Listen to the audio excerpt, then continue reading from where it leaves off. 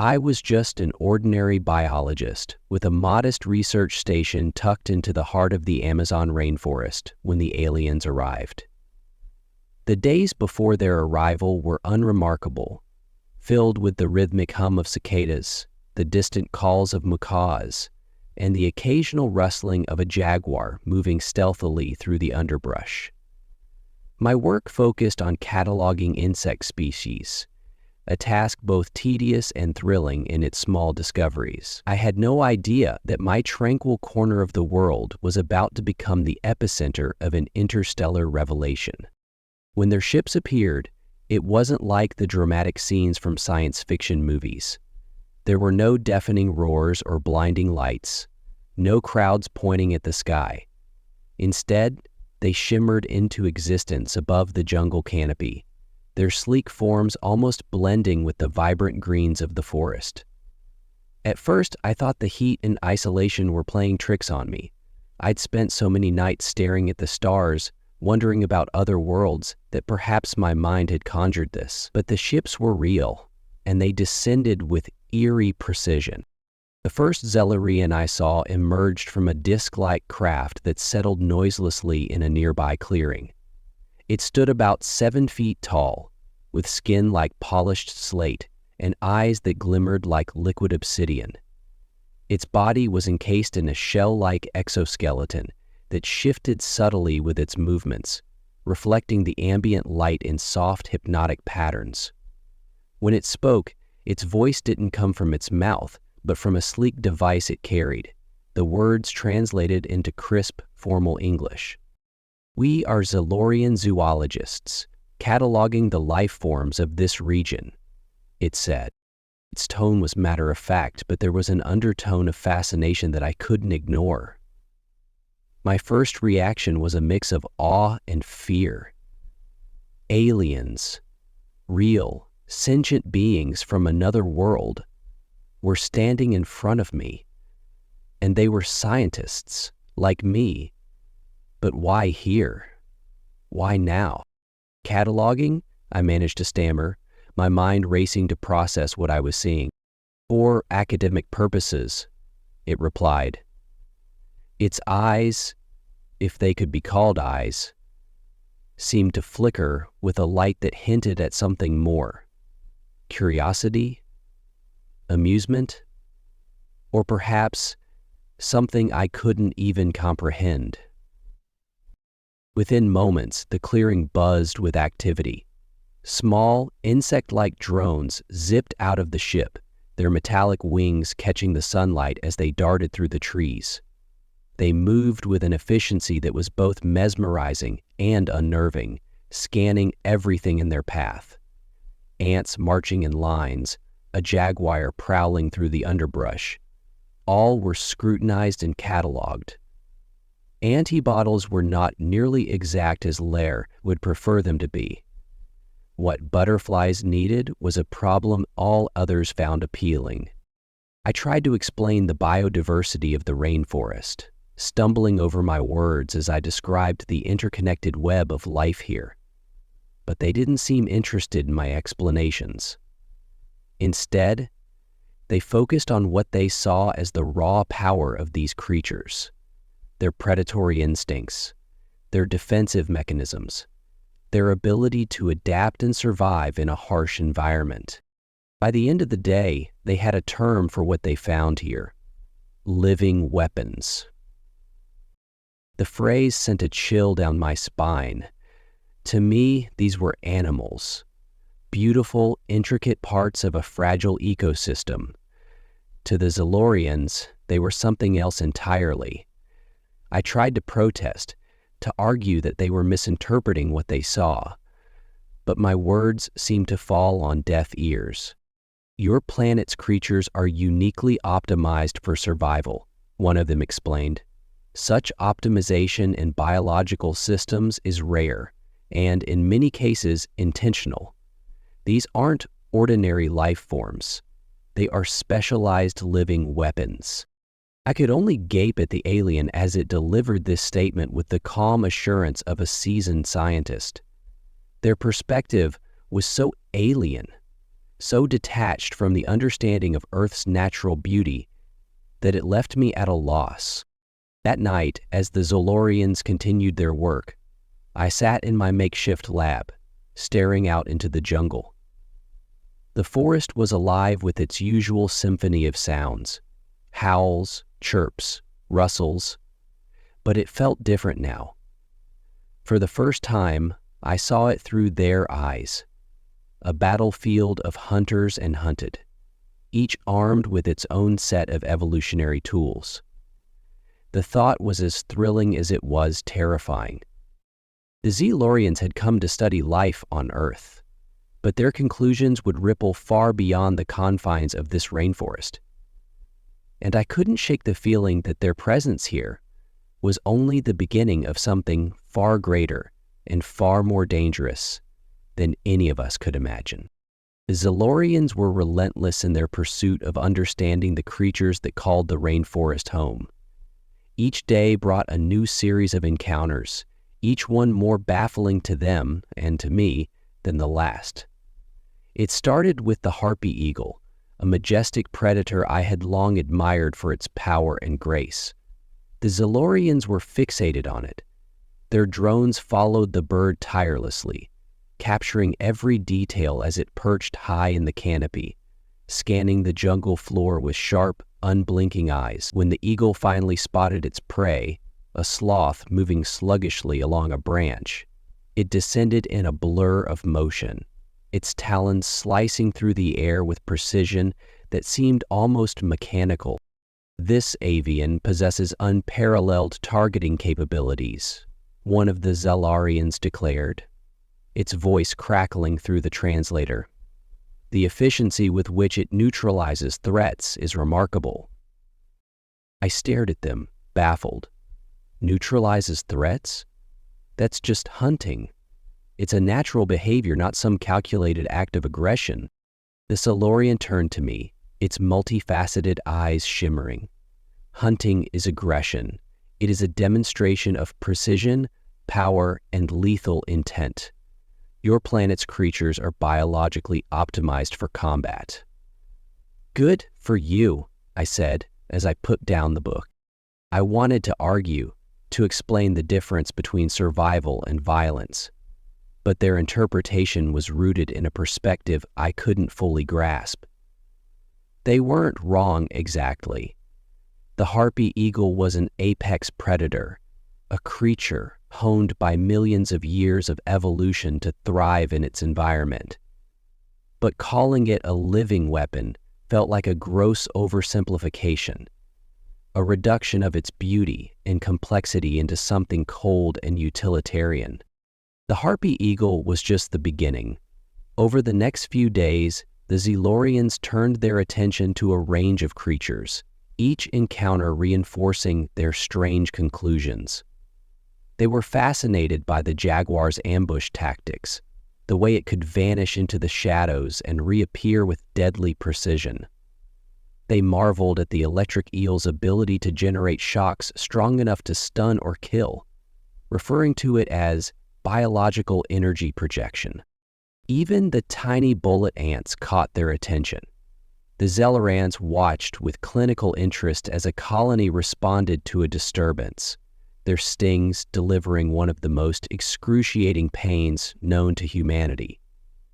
Defensive chemical warfare, one of them remarked, as though it were a term from a textbook.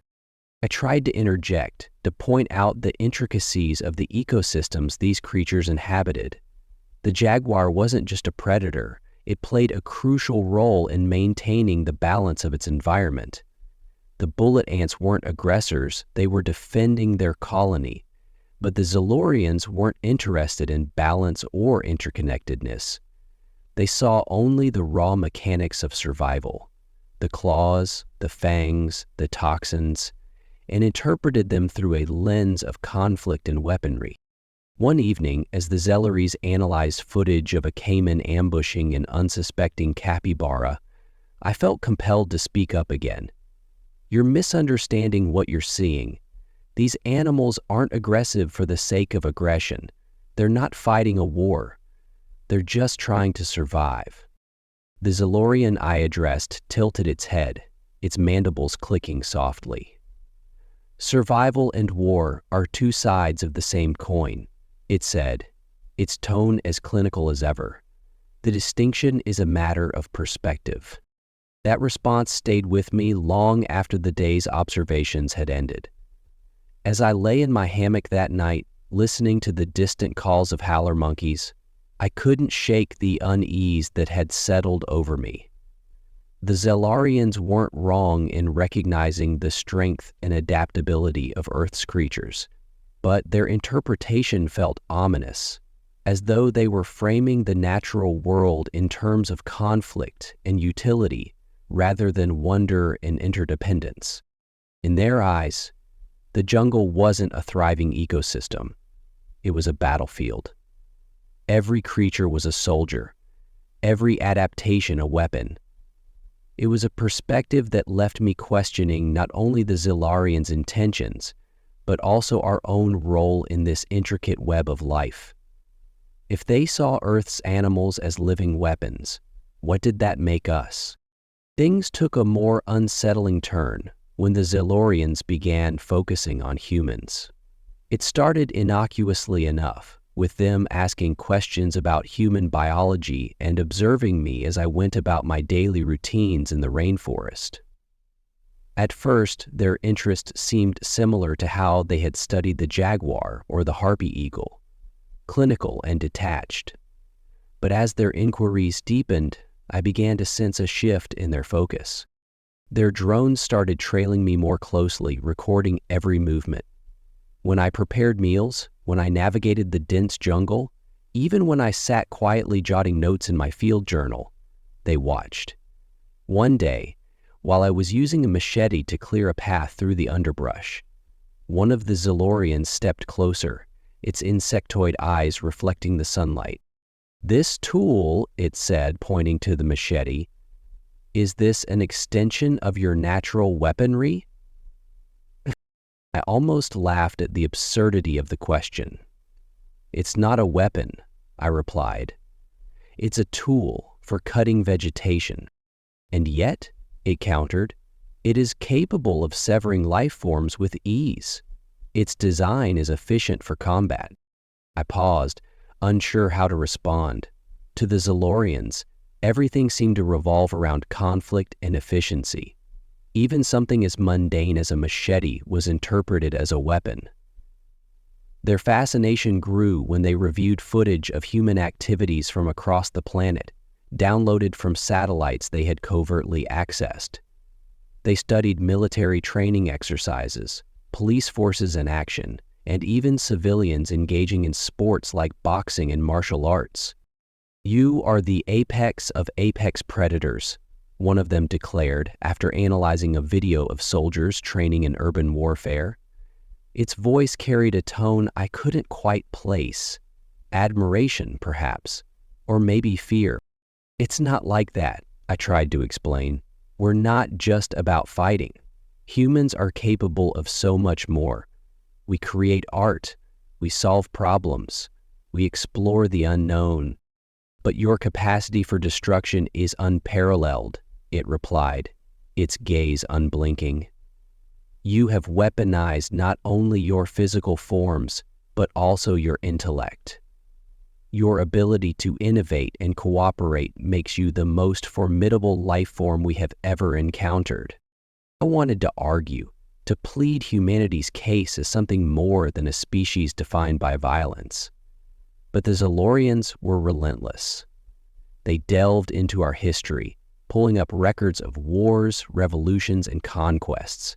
They marveled at the technological advancements that had come from conflict, nuclear power, aerospace engineering, even medical breakthroughs born from battlefield necessity.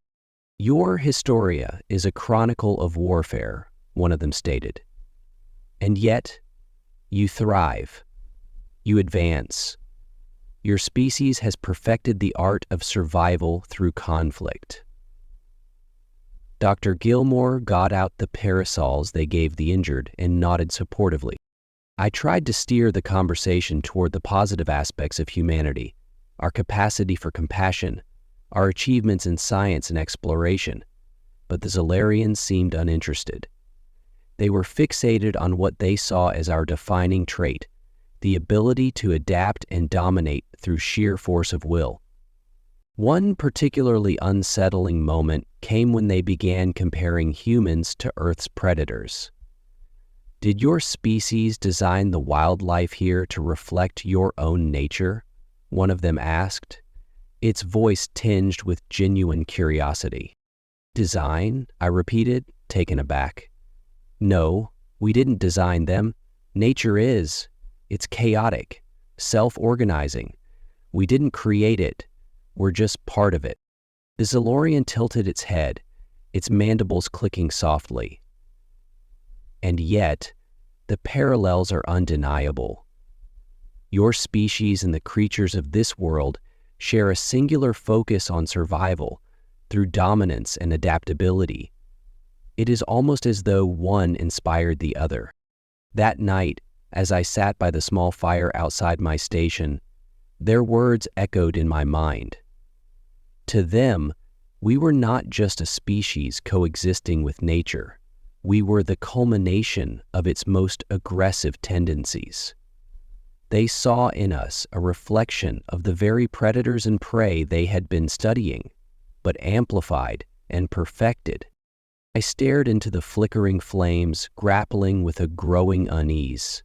If the Zolarians viewed humans this way, what would they decide about our place in the galaxy? Would they see us as allies, as curiosities, or as threats to be contained? For the first time, I felt the weight of their scrutiny, not just as a scientist observing another species, but as a representative of humanity itself. The Zolarians' debates grew louder and more intense as their research on Earth continued. Their discussions, broadcast through their alien comm systems, often drifted within earshot, giving me a glimpse into their thought processes. It was a clash of perspectives, each argument delivered with the precision of scientists dissecting a puzzle they couldn't quite solve. Some of the Zolarians were convinced that Earth's incredible biodiversity could not have arisen naturally. They argued that the sheer range of lethal adaptations, fangs, venom, camouflage, pack hunting, ambush tactics, was evidence of deliberate design. No single ecosystem could produce such an array of specialized survival mechanisms without external influence, one of them insisted. This level of complexity suggests intentionality, not randomness. I wanted to scream at their ignorance, but I kept my frustration in check. To an outsider, I supposed the intricate balance of Earth's ecosystems might seem impossibly well orchestrated, as if some unseen hand had designed every predator and prey for a specific purpose. But as a biologist, I knew better. Evolution was messy, unpredictable, driven by countless variables and blind chance. The rainforest, with all its wonders, was not a deliberate creation. It was an accident of time, geography, and biology. Other Zolarians were less certain. They argued that Earth's ecosystems, while extraordinary, were simply the result of rare but natural processes. "This is a convergence of environmental factors," one of them said. "Unique, yes, but entirely within the realm of probability. No evidence suggests intentionality here." The back and forth felt surreal. To the Zolarians, this was an academic exercise, an intellectual challenge to unravel the nature of our world. But to me, their conclusions carried the weight of something far greater, potential consequences that could reshape humanity's future. Their fixation on the concept of weaponization was particularly troubling. One day, they gathered to review footage of a honey badger defending itself against a group of predators. The creature's ferocity and resilience seemed to captivate them. "This is a prime example," one of the Zolarians said. "This organism exhibits defensive behaviors so extreme they border on offensive tactics. It is a self-contained biological weapon system." "It's not a weapon," I interjected. my voice more forceful than usual. It's just trying to survive like every other animal. The Zalarian nearest to me turned, its black, reflective eyes unreadable. And yet, its methods for survival are indistinguishable from those used in combat scenarios. What, then, is the difference? I struggled to find the words. To them, survival and conflict were synonymous. Every claw, every sting, every predatory strike was evidence of a larger purpose, a grand design they were determined to uncover. Their inability, or refusal, to see the nuance in Earth's ecosystems left me feeling helpless. It didn't stop there. They began questioning why certain species coexisted, how predators balanced prey populations, and why humans seemed to dominate so thoroughly despite our physical vulnerabilities. Perhaps humans are the architects of this system, one of them speculated during a heated debate. Their behavior mirrors that of their planet's apex predators, suggesting a deliberate effort to mold this environment to their advantage. That's absurd, I snapped, unable to hold my tongue any longer. We didn't design this. We're as much a part of it as any other species. This is nature. It's chaotic, unpredictable, and self-sustaining. We didn't create it, and we certainly don't control it. The Zalorians paused, their mandibles clicking softly in what I had come to recognize as a gesture of contemplation. But their silence didn't reassure me. I could see the growing divide among them, the tension between those who saw Earth as a natural wonder and those who viewed it as something far more deliberate and far more dangerous. As their debates grew more fervent, I felt increasingly like an observer in a trial where the fate of my planet hung in the balance. Every argument, every hypothesis seemed to inch closer to a verdict that could define how the Zylorians, and perhaps the galaxy at large, viewed humanity and the creatures we shared this world with. I couldn't shake the feeling that their classification of Earth's wildlife as living weapons wasn't just an academic exercise. It was a decision with implications I could scarcely comprehend, one that might determine whether we were seen as allies, anomalies, or threats. For now, all I could do was watch and wait, hoping that their fascination wouldn't lead to something far more dangerous. The Zalorians' fascination with Earth's wildlife began to shift into something darker as their observations grew more detailed. Their drones were no longer just cataloging behaviors and adaptations, they were now testing reactions. It started subtly in small, controlled disturbances near a colony of army ants to measure their defensive response, or introducing artificial sounds to see how a group of capuchin monkeys would react. Such things as moving lights out and illuminating the clockwork structure of a mechanical ant can be seen as signs of self-reflection, a self-image, but their methods quickly escalated. One afternoon, I stumbled upon a scene that made my stomach turn. A Zalorian drone had cornered a jaguar against a rocky outcrop. The great cat was hissing and growling, its powerful muscles tensed as it prepared to strike. The drone emitted a low-frequency hum, and the jaguar lunged.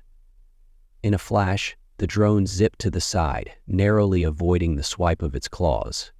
But instead of retreating, the drone hovered closer, taunting the animal into a series of increasingly desperate attacks.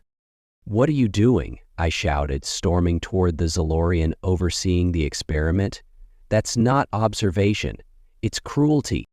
The alien regarded me with its usual cold detachment. "We are assessing its combat capabilities," it replied.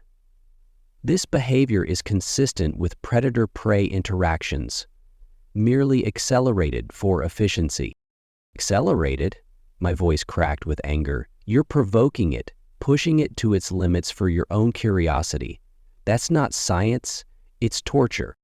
The Lorian tilted its head, its multifaceted eyes reflecting the jaguar's feral movements. Its response provides valuable data. This creature is a model of efficiency in close-quarters combat. Understanding its limitations is essential. Essential for what? I demanded, though I feared I already knew the answer. Pray.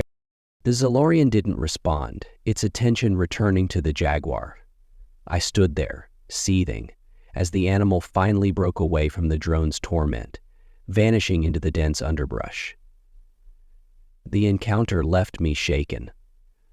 The Zalorian's view of Earth's creatures as living weapons was no longer just academic. It was becoming exploitative.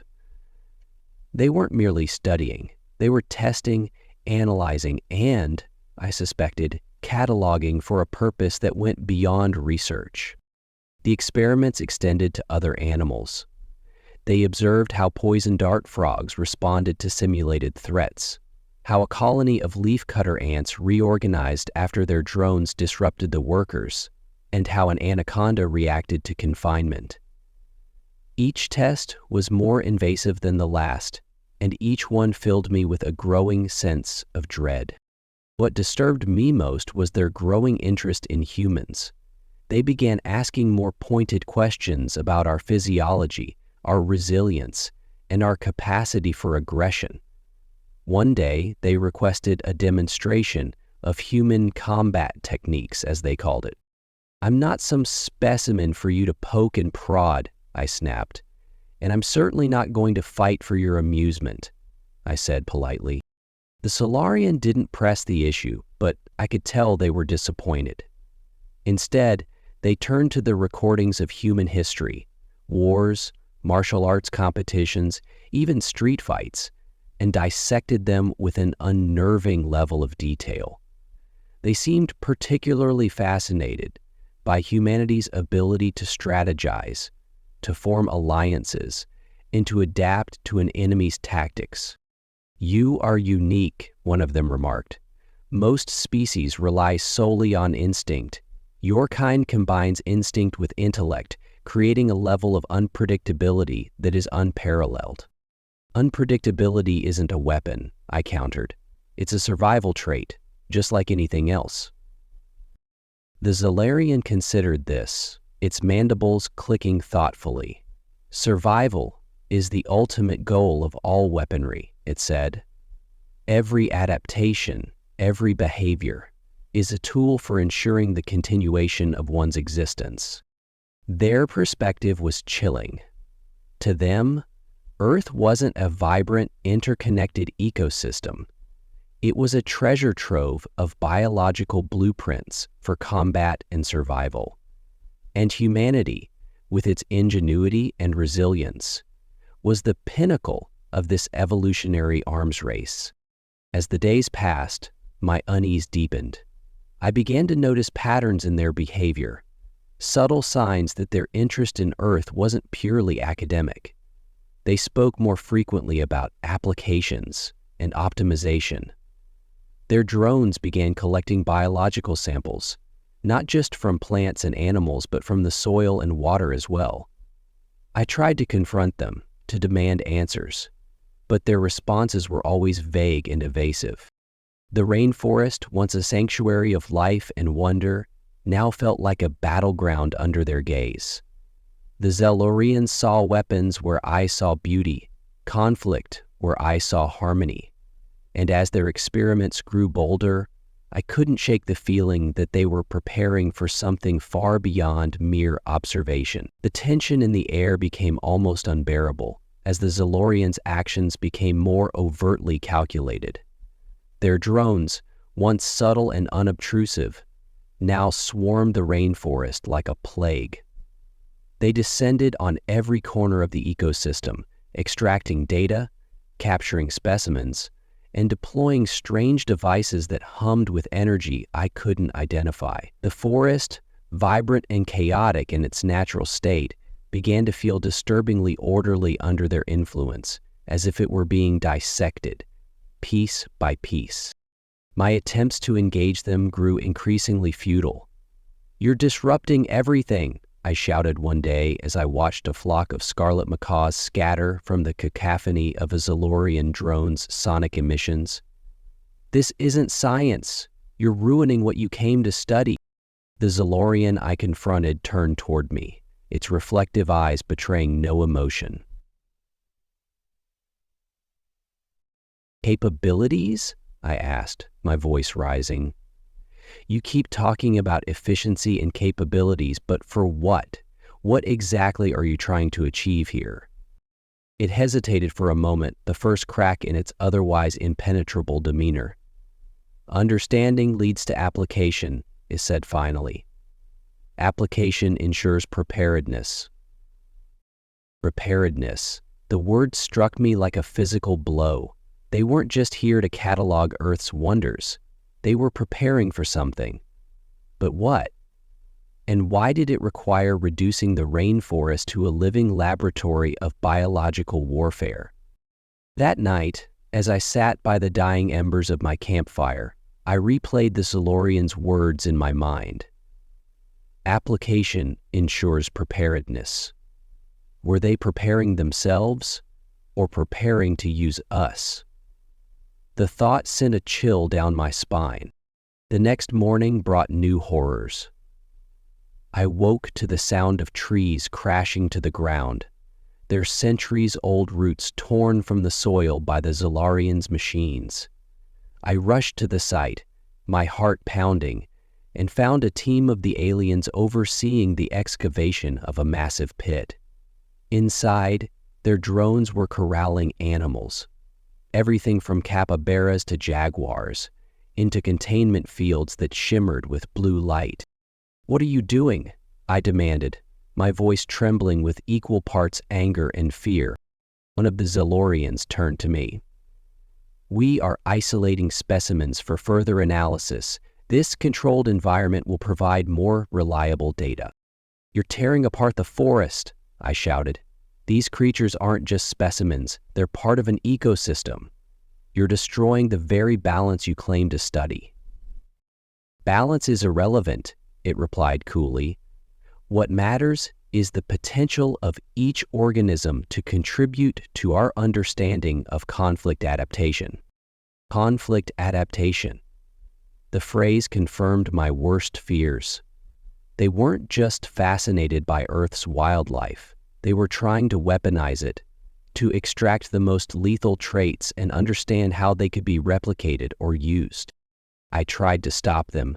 I threw myself in front of their machines, shouted until my voice was hoarse, even attempted to disable one of their drones with a makeshift spear. But my efforts were futile. The Zalorians were unyielding, their focus on their mission absolute. That evening, as I sat alone in the shattered remains of what had once been a thriving patch of jungle, I felt a deep, gnawing despair. The Zalorians' view of Earth as a planet of living weapons had led them down a path of destruction. They couldn't see the interconnected beauty of the ecosystem, the way each creature played a role in a delicate dance of survival. To them, it was all about utility, about extracting value and optimizing efficiency. And yet, as much as I hated what they were doing, I couldn't entirely blame them. In their eyes, they were acting logically, driven by a perspective shaped by their own experiences and struggles. Perhaps they had come from a world where survival truly was a war, where every living thing was forced to evolve into a weapon just to endure. But Earth wasn't like that. At least, it hadn't been. Now, under their gaze, I wondered how much of the rainforest spirit would survive their scrutiny. Would they leave anything behind? Or would they strip the land of its essence, reducing it to data and potential weaponry? I stared into the darkness, my resolve hardening. The Zalorians might see Earth as a collection of weapons, but I had to show them it was so much more. The question was how, and whether I had the strength to make them see before it was too late. The breaking point came when I discovered the Galorians' true intentions. For weeks, I had been piecing together fragments of their cryptic conversations, noticing the patterns in their increasingly invasive experiments. But it wasn't until I stumbled upon their central command station, hidden deep in the jungle, that the full scope of their plans became horrifyingly clear. The station was a hive of activity. Sleek, alien machines hummed and pulsed with an otherworldly energy as the Zolaries worked tirelessly. Holographic displays filled the air, showing simulations of Earth's predators and combat scenarios far removed from their natural habitats. I recognized some of the creatures: jaguars, harpy eagles, and even insects like bullet ants, but others had been altered, augmented, with features that were decidedly unnatural. Razor-sharp claws glowed with energy, wings beat with an unnatural frequency, and even the smallest creatures were weaponized in ways that defied belief. I stood there, frozen, as one of the Zolorians approached. Its mandibles clicked in what I now recognized as a sign of satisfaction. "You have found our nexus," it said, its tone neutral, almost clinical. "This is where we synthesize the data we have gathered." "Synthesize," I echoed, my voice trembling. "You're not just studying these creatures, you're modifying them. Why? What are you planning to do?" And the beast broke out into such a sweat I thought I'd been shot.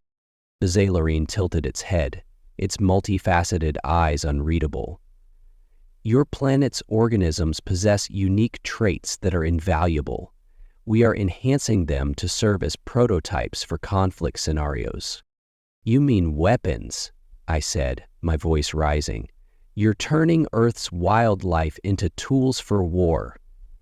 "Adaptations are merely tools," it replied. "The distinction between a survival mechanism and a weapon is a matter of perspective. Your species demonstrates this principle better than any other." I clenched my fists, anger bubbling to the surface. "This isn't your world. You have no right to take what doesn't belong to you and twist it into something destructive." But of course it would eventually all be lost in that tragic crash sooner or later. The Zolorian's mandibles clicked again, this time in what I could only interpret as amusement. "Possession is irrelevant. Survival is paramount. Your species understands this well, given your history." Its words hit like a slap. I wanted to argue, to defend humanity, but I couldn't deny that our history was filled with conflict, with moments that mirrored their perspective far too closely. Yet I also knew that wasn't the whole story. Humanity was capable of more, of compassion, creativity, and collaboration. I just had to make them see it. I took a deep breath, steadying myself. "You're wrong," I said firmly. "Survival isn't just about conflict. It's about balance, harmony. The creatures you're dissecting and modifying, they don't exist in isolation. They thrive because of the ecosystems they're part of. You're destroying the very thing that makes them remarkable." The Zolorian regarded me in silence for a long moment. "Balance is inefficient," it said finally. "Optimization requires control." It uttered a warning that seemed to come from the ground in front of me. "No," I shot back. "Optimization requires understanding. If you truly want to learn from this planet, then you need to see it as it is, not as a tool, but as a living, interconnected whole." I wasn't sure if my words had any impact, but I knew I couldn't rely on persuasion alone. Over the next few days, I worked in secret, sabotaging their equipment where I could, disrupting their experiments, and guiding animals away from their traps. It was a desperate uphill battle, but I couldn't stand by and watch them strip my world of its essence. In the end, the Zolorians began to retreat. Perhaps they had gathered all the data they needed. Or perhaps my resistance had slowed them down enough to make their mission less viable. Either way, their machines vanished one by one, and the rainforest began to reclaim the scars they had left behind. But their departure brought no relief. I knew they hadn't given up. They had simply postponed whatever plans they were concocting. And as I stood in the quiet aftermath, the jungle around me slowly coming back to life, I realized that Earth's greatest challenge wasn't the Zalorians. It was us. If they returned, it wouldn't just be to harvest our wildlife. They would come for humanity, for the unique blend of creativity and conflict that made us what we were. And if we weren't prepared, if we couldn't prove that we were more than the sum of our wars and weapons, then we might not survive their judgment. The Zalorians had seen Earth as a planet of living weapons, but I knew better. It was a planet of life, of resilience, of endless possibility, and I vowed then and there to protect that truth, no matter the cost.